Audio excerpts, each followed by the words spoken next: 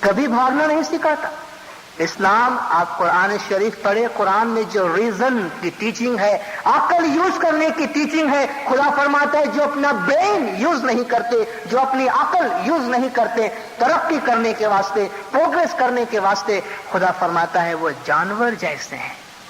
قرآن میں حیوان جیسے ہیں, حیوان سے بھی گرے گئے گزرے ہیں کہ ہم نے اسے عقل کی نعمت دی ہے, اس کو وہ یوز نہیں کرتا. اور قرآن کیا کہتا ہے؟ خدا کی طرف سے صاف جواب ہے.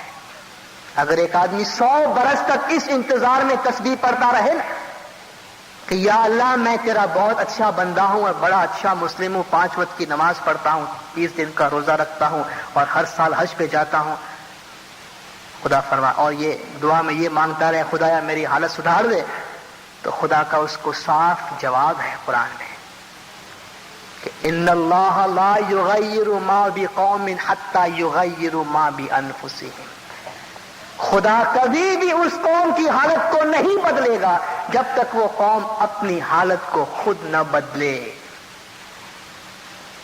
جس کا اردو ترجمہ ایک شعر کے اندر شاید میں نے پہلے بھی آپ کو سنایا کہ خدا نے آج تک اس قوم کی حالت نہیں بدلی, نہ ہو جس کو خیال آپ اپنی حالت کے بدلنے کا.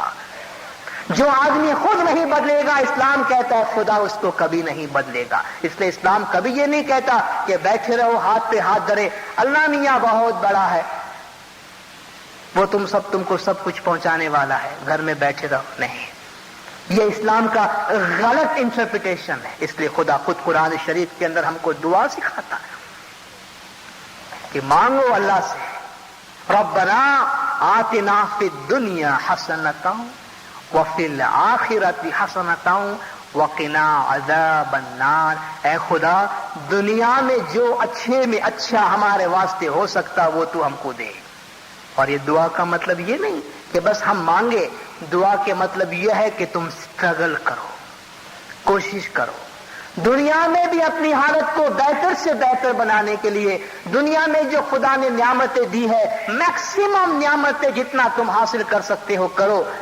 شرط یہ ہے کہ اپنی ضمیر کے, اپنے کانشنس کے اگینسٹ مت جانا, خدا کے فرمان کے اگینسٹ مت جانا. مولانا حاضر امام کا فرمان ہے کہ ہمارا مذہب کی تعلیم میں رہتے ہوئے ہر جائز دنیاوی پروگریس کرنے کی پرمیشن دیتا ہے. اسلام کے اندر ایسا نہیں کوئی آدمی پیسے والا ہو گیا تو اس کو ہم بے دین کہے, یا یہ کہے کہ بس جو غریب ہے خدا کے بڑے پیارے ہیں, جو امیر ہے بولے اس کو تو خدا پوچھے گا ہی نہیں, کیونکہ ایک تصور ہے کہ پیسے والے ہیں نا بس ایمان کا نام و نشان نہیں ہو گئے. اسلام ایسا نہیں, اسلام کچھ سکھاتا ہے. قل من حرم زینت اللہ التی اخرج لعبادہ. امام جعفر الصادق علیہ الصلوۃ والسلام صلوات اللہ علیہ کہتے ہیں کہ مولا بڑے اچھے کپڑے پہنا کرتے تھے, ریشم کا لباس پہنا کرتے تھے, بڑے خوبصورت لگنے کی کوشش کرتے تھے, خوشبو لگاتے تھے, عطر لگاتے تھے. آ گیا کوئی پرانے خیال کا مسلم ان کے پاس کہ یا مولا آپ ہمارے رسول کی اولاد میں سے ہیں, آپ ہمارے امام ہیں, آپ اتنے بڑے عالم ہیں, بڑے بڑے علماء آپ کے سامنے پڑھنے آتے ہیں, آپ یہ ریشم کا کپڑا پہنتے ہیں, آپ یہ خوشبو لگاتے ہیں, یہ تو اسلام میں تو یہ چیزیں نہیں ہیں, حرام ہے. مولا قرآن کی آیت پڑھ کے سناتے قل من حرم زینت اللہ التی اخرج لعبادہ والطیبات من الرزق. کہو دنیا کی بیوٹیز, دنیا کی باؤنٹیز, دنیا کی خوبصورتیاں, دنیا کی پروگریس جو خدا نے اپنے بندوں کے واسطے بنایا ہے وہ کس نے تمہارے واسطے حرام کیا ہے؟ کس نے تمہارے واسطے حرام کیا؟ اچھے سے اچھی خوراک, اچھے سے اچھا کھانا خدا فرماتا ہے وہ ہم نے تمہارے واسطے پیدا کیا, ہم نے تمہارے لیے حرام نہیں کیا. خدا فرماتا ہے جب نعمتیں ہماری طرف سے تم پہ اتری ہے تم خامخواہ کیوں اپنے اوپر اپنے خیال سے حرام کر دیتے ہو ان چیز کو. جس طرح میں پہلے ہی عرض کر گیا کہ خدا کا دین دھرم بڑا سادہ اترا ہے, بہت سیدھا اترا ہے, لیکن کہ اس پہ عمل کرنے والے ہیں وہ اس کو بگاڑ دیتے ہیں. تو ہمارے دنیاوی اور روحانی دونوں ایسپیکٹ، دنیاوی پروگریس اور روحانی پروگریس دونوں ایسپیکٹ میں کس طرح اسلام ہمیں ٹیچنگ دیتا ہے اور آگے بڑھاتا ہے، اس کے بارے میں مولانا حاضر امام کے اسپیچز میں سے، انٹرویو میں سے میں 2 پیراگراف پڑھتا ہوں، اس کے بعد اندر ہم ایک بریک کریں گے تاکہ آگے کی باتیں ہم بڑھائیں. مولانا کا نیروبی 6 اکتوبر 1982 سلور جبلی کے اسپیچز میں سے ایک اسپیچ میں مولا اسلام کو انٹروڈیوس کرتے ہیں لوگوں کے سامنے، تو بتاتے ہیں، اور اس سے ہمیں یہ پیغام ملتا ہے کہ ہمارے لیے امام کی طرف سے اسلام کی ڈیفینیشن کیا ہے اور اس کو ہم کس طرح اپنی زندگی میں اپلائی کرتے ہیں. مولا فرماتے Islam is an all encompassing faith and it gives direction to every aspect of one's life. It urges the individual to lead a balanced life, one that strives to accommodate both material progress and spiritual well-being. اسلام زندگی کے دونوں aspect کے بارے میں ترقی دینا ہمیں سکھاتا ہے. پاکستان اور گلف اکنامسٹ ایک میگزین گلف اسٹیٹس سے نکلتا ہے، وہاں مولانا حاضر امام کے ساتھ ایک انٹرویو لیا تھا اس کے ایک نمائندے نے، اور وہی جنا پرانا سوال پھر مولانا حاضر امام کے آگے رکھ دیا کہ بھئی آپ ایک روحانی لیڈر ہیں، تو یہ بزنس اور آپ کا یہ جیٹ سیٹ لائف اور آپ کے یہ اتنے عالیشان دنیاوی چیزیں، اس کو آپ کس طرح آپس میں compatibility کس طرح ہوتی ہے؟ وہ وہاں مولا سے پوچھتے ہیں کہ some people are surprised that as a spiritual leader you are also involved in material and mundane matters of the world. What would you say? مولا سے پوچھا گیا اور مولا اس کا جواب دیتے ہیں.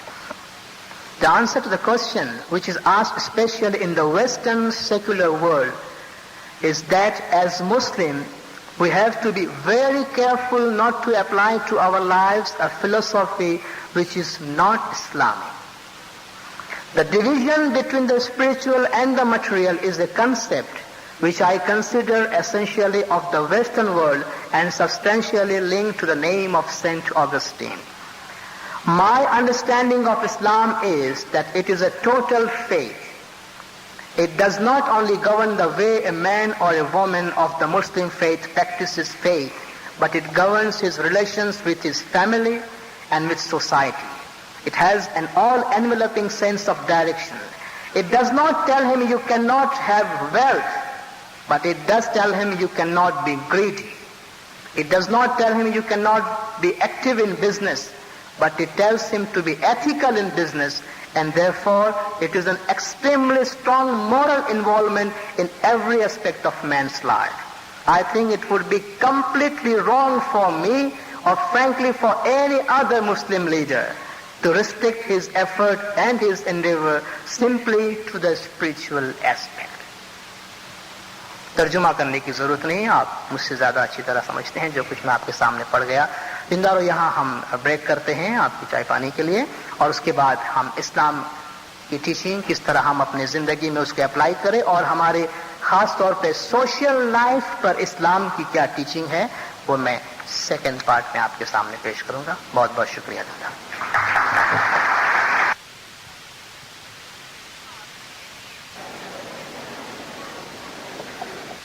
حاضرین، اس سے پہلے کہ ہم اس سبجیکٹ کو اور آگے بڑھائیں، فرسٹ پارٹ ختم کرنے سے پہلے یعنی آخر میں نے جو پاکستان اینڈ گلف اکنامکس میں جو انٹرویو میں مولانا حاضر امام سے کوشچن کیا گیا اور مولانا نے اس کا جواب دیا، اس کے بارے میں کچھ ریکویسٹ آئی کہ اس کا اردو میں بھی خلاصہ کیا جائے، ترجمہ کیا جائے، تاکہ کچھ لوگوں نے نہیں سمجھا تو اس کو سمجھایا جائے. یہ مارچ 12 to 18 1983 کے ایشو میں آیا تھا، جس میں مولانا حاضر امام سے یہ سوال کیا گیا کہ کچھ لوگ یہ دیکھ کر بڑے حیران ہوتے ہیں کہ آپ ایک اسپرچول لیڈر ہیں، روحانی اور دھارمک لیڈر ہیں، تو آپ یہ دنیاوی کام کاج میں اتنا انوالو کیوں ہوتے ہیں؟ یعنی آپ کا بزنس ہے اور دنیا میں اتنا پروگریس ہے، اتنا مال دولت ہے، تو یہ کیسے پاسبل ہے کہ آپ، اور کس حد تک یہ ٹھیک ہے کہ آپ ایسا کر سکتے ہیں؟ مولانا نے فرمایا کہ یہ ایک سوال جو ہے وہ اسلام کے بارے میں خاص طور پہ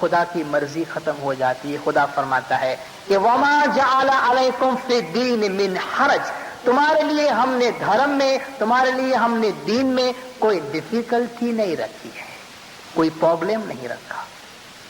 لا اکراہ فی الدین.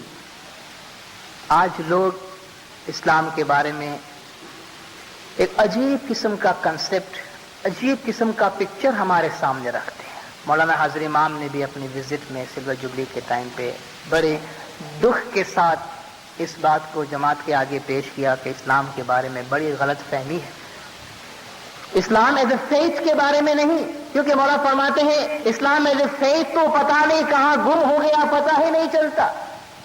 اس پہ کوئی پالیٹکس کا لیبل لگا دیا گیا، اس پہ کوئی سوشل سسٹم اور کوئی اکنامک سسٹم کا لیبل لگا دیا گیا، اور دنیا اس کو دیکھتی ہے.